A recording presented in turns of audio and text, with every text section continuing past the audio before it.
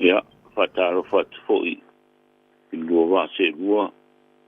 me se tātou pōkara mele ni tai au, e alfa pōngpōng tā pua I se tātou tunu, le alfa mai ni tai au manuia mai le ropa mele anga leo le tua, whataro whatfoi,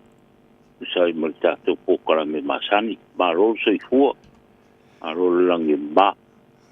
Malo whaftai mole whapno mele teimi la whianga whamatala nei whai tai au fau o leo wa tātou taula lata o leo wa tātou masina lon se furu o le tau sanga o lea la wa mata taula lata tātou le tau mawhana o le tele o mea whai le tunu o whai poiponga o kusinga ingoa o whilo inga ma mea uma mo le whanga ino le tātou whale whai lea a langa o lea mata na fasili whai nisi ia mane whai pia whai lo mo nei teimi o tātou ngātu le swing o le tau le wai whamon mole ia, whaktai tasi lea, matawhai o I tā ua I tātou ofisa o lo I le maota Samoa, ia mo le whaonga ina, mo le hae ina I tātou tunu. A me se la wale newa I tau sauni fo I mo tau mawhanwhana, ia ma aso fia fo I Christmas,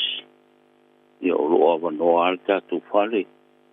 ia lewa whapso tai mai,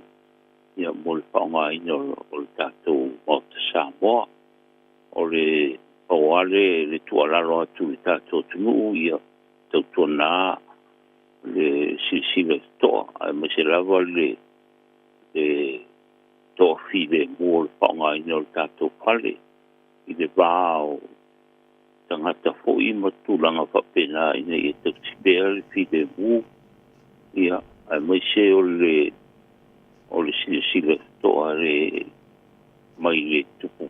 pao vesi I le pai e tātou tunu I maota Samoa. Ia, o ta fo ia au lape matulanga whapena le tangata e whatupu vesi. Ia, ele te whatanga ina lau pale tono maota Samoa. Ia, mani tulanga upa whapena e pai e lotoa tātou Maro Samoa. Au le talo trava I se tātou tunu, ia tau tonale, tau sirfine mua, me se tātou manu o le vā whero I ma le vā whaararo. Ina ia po ia whakitau I tawai. Ia au, o te fo I le au lape o I o le tangata e whatupu vesi o ia e le te whakatanga ina tono o le lotoa hae, me se le me whai e tātou tunu I le maota Samoa. Ia pesi tūranga le taroto I le tātou tunu una I si le toa ia I le tūranga. Whatupo I le pū, ia ma le taropani, ia ma le tūranga masani le vānu no koi, ma le nganu ma le Samoa. Ia pesi tūranga le tawai. Nā whaftai, whamata. Le tunu man whawhau mai ona mai ana watu leo le telefoni, le pengar konsula mona no ofisa, walawan I ai te silfia le tutongi, le leilo talo no pe le pengar konsula, na I loa leo le tutongi le whaongai no le tātou whare Samoa, I le waitain pisi le lao, o fwoi tātou le mawhana. Te le loa lau whianga whamata whamal mole po mo pese fsota inga masialo fo leo Samoa le sa whamanu ni le whale sa tupu le sa whale mai whamal mole. Ia, whaftai tawai o asia sila vai ai o tātou ofisa I sitau lelea lea whatau tolia I le mautanga singase au pasolo manuia lava. Pasolo manuia lava ia I siatali. Ia whaftai le tua ua avea tonga fitinga alpale mai. Ia la meiro na mana ma pasolo manuia iro na marosi.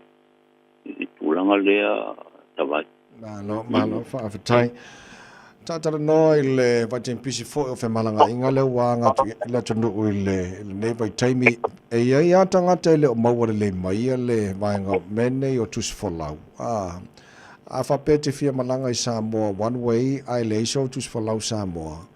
E fōringa mai e ile awa le tau na whaia e oe. Pea whapea na o lo tusi folau New Zealand po Australia po Amerika na iai. E mawhai ai ona e malanga one way. I Samoa pea whapea o le whenangaro le tunu whamun mole a whamata. Ia, o teita vai. O te rawana o tangata o tō wa atu I kātou ofisa. me se la vai na tu le o pa nga ina tu sola o isi tu pe o New Australia ma America ia a fai e so pitanga o oil citizen Samoa pisa e fa nau Samoa pe na fa nau ko yo ma o Samoa e anga va ara o e mo stample exception stample po yo na e malanga ile ala taxi one way e a ngara vai na yo tatu tangata wai ni rol me tu Samoa ia on toi ona fu le o te mi te fo ia I rona tunu a foi la o ilo tu sola New Zealand tu sola Australia po fe la vale tunu ai o ia ilo pitanga I le citizen Samoa o sa pa na Samoa po matua o sa pa na na po Samoa e anga va ara o e mole turang o tu le tato pisa tu ele stample e empoio na e alu ile one way ia ma le fatapla ai lo gen sa mo me no po sa mo I tulanga le bali chimeta vai o le o sa o ia tuta to le krisi masima to sa po o le a le tala ina fu il tato ofisa le vai time o no la tenga fu ia o finga lo ma so malo e whainga tā te leo ne tu o nei e se fuanga po I lea o lea o tupu moi le paula visa moa mai tūranga whapena I rotu solau ia pe whai fui lau exemption stamp ia a le ao o ia so marolo ia o le mele te talo to I pere tātou tunu ti tau tua naro tu solau ia ia whaingo ki tupu e ia so marolo ia ole o marolo mole o pinga do nga tulanga fa pena eu fui a o ele lo pe maranga I Samoa mo tulanga ia so marolo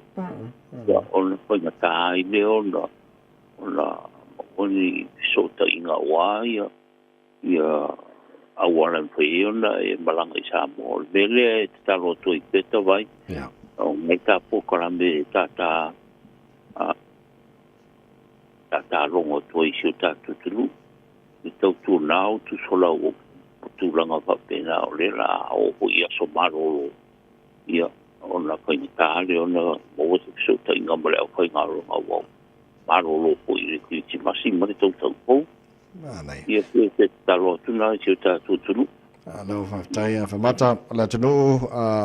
umat po kalaman tu atu fona telefoni le lo vale langa tongi le exemption stamp pon sa no ile fe le consula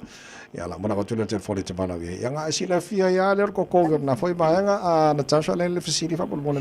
consula fa tai te mai malama no yo te fia fa facility la wa fia ngal consula ono ana na fi sa mata tal tal no ai I se vaenga le ua yai o le action plan le o tama fai o le fo umana fa o fiatu te tono le pale mene ale vaenga le nei lumanai o tangata moana Pacific People's Workforce Development o la lato action plan o lo tama fai fo le sa ilia nisi o company manisi fo I lato te fai pa anga ina ia fesoa soani mona I o tato tangata Pasifika a o te tala noa lau I o tato lava ia tangata Samoa le malanga mai inga luenga fa avai taimi o la ofisila ona o le maita watu le plan ia o le fa lau tele ina o anga vaa fo I o tangata e whaapitola I le vaenga lea tau engineer, engineering, ia o manufacturing, maniso vaenga tau logistics. Ila o fisila tau ne, whaamata e ono iai la se suinga fo I lea po se tangata ngai mamau I la tau fo I o loo whaatinoina pe whaataatia selection criterias. Mona I o tātou tangata ia apalai e fia malanga mai I ngā luenga whaavai taimi ia I New Zealand I le lumanai pe a whaapea o nisi o tūlanga o lea o le a nga I lea fo I fuafuanga lau a fionga. Ia whafta ia tasha tu sai male whafsini le tūlanga tā ua e me se lava le po kalamele nei ua te le runa o ngā isi tātu tunu ma ua I ngā ruenga nai o tātu tangata e me se lava e le o I ngā ruenga I Samoa awa o le po kalamele nei I lona whawaina mai sa ave lava le whaamua i le o mau ni ngā luenga i Samoa, le unemployment. Ia lea lana pōpō e roi pōkarame le ave la i e whaamua a le pōkarame nei tangata nei. Ia pita i ane o whaalau tele le pōkarame, maua apia i male, ma e o rato poto whaapitoa pia le au ka muto le au itiria tūranga whapena. Ia whaatasiela male tūranga le o e whaapsilia i Natasha. Ia o tau kuna whaitete le tātou maro. Ona o la asao mai e maisi o roo. Mana o mie se tātou tunu pe o pai a onga o leo matūranga whapena. A pita i ane la o lea la a pai la a mawai mani a wanoa o nisi e poto whapito. Ia e tauan sila e le maro ina o le maranga mai o nei o tātou tangati e i poto whapito a e mana o mie le tātou maro. E a pai o i te fōpuanga whapena mani whaalau te reina o le pōkarami. E stūranga le rei fu i lea. Mawai awa noa nei o tātou tangata i ngā ruenga nei. Ia, ai me se lawa i rātou ua au ina le rei matūranga whapena i toki matu te pe ona pēa whaalau te rei pōkarami al taimi nei. Oro ia ia le vāanga lea i le pōkarami. Pita i ane e ro pua le rei i tātou tunu. Ia ma whae te ono tūranga ia e mana o mia hui e tātou tunu tangata whapea. Ia e whapea la tau whiwhia ia wanoa mo nei o tātou tangata whaptai hui i whalaputonga i nei i Nusina. Ia ono nei ia wanoa tā ua mawatu. O le me tā ua ia wanoa a ia i rawa niki o mana o mia. Ia e me se le tiro le tātou maro. Ia on patau tole o waram ta ia la lei ia wa o ile tulanga mo su nga manu ia se tata tunu na fatai fa mata la fa ulta to pokalame lo mata wina o le tele o tatu o lo fo mai Samoa o lo o mai tonu o le fatai le o nai o a Samoa ia no lo mai fafo na paual vaenga io se tatu fo i a pitola au o le se fa ka wange ka ko o lo se ipso song fo i se tatu ia ko te tawai i ta wa vera valea o le puieri i se tatu tunu ia i o roa mo whae re reanga mai Samoa i taro toi pere le tru ia o e taro o te rea tunu o Pasifika o le ua mai ara tu taro i New Zealand ia taro o tu pere se tatu tunu ia avere tatu pamomoa i o roa o wina mai i Samoa ia o arawa le manui o nai ainga o le au kui whatoanga ia me se poire sao tau o wanta mau ainga o se tata tunu mula le ngang whaktai tawai ia o le telefo o teimi e whamaru ua tue leo tunu pia tua i mai le taro matulanga whapena ia atono o lo ua whangasolo ia whainga whawai pou le wharakutonga leo le Export Authority ia o le ampai i ma sustain le mingo o roa mai Samoa ia le nganga whaktai ia o nari rangolango se tata tunu i le whatau ina o roa ma whae le leanga o whatoanga mai tata tunu maro lava Samoa maro leanga le lei whaktai le tōrangolango se tata tunu no na fa mata konsul al malo tu taso Samoa ni sana nei malo fa te te mo le tatu poklama nei tai au mo le tunu man fa fonga mai o le te mo de fonga konsul mo ofisa pe vala wan el tolu o tolu tasi lua tolu o tolu tasi lua a vala mai fa foto o kilani o iva tolu o tolu tasi lua ia ona te dale o temi io la tale ni of sili malo le tunu mo ia fa vala nei aso na fa mata ia whaftai tawai ia me ho i rau soa tau e Natasha. O tātou pokalame masani ia e me se ho i awa no tau o pe tātou ofisa. Whaftai tele tātou le tio ia manu ia hui whaiva o tio tātou tunu ni aso. Ia e me se o whaiva wā le ngā ruenga e me se le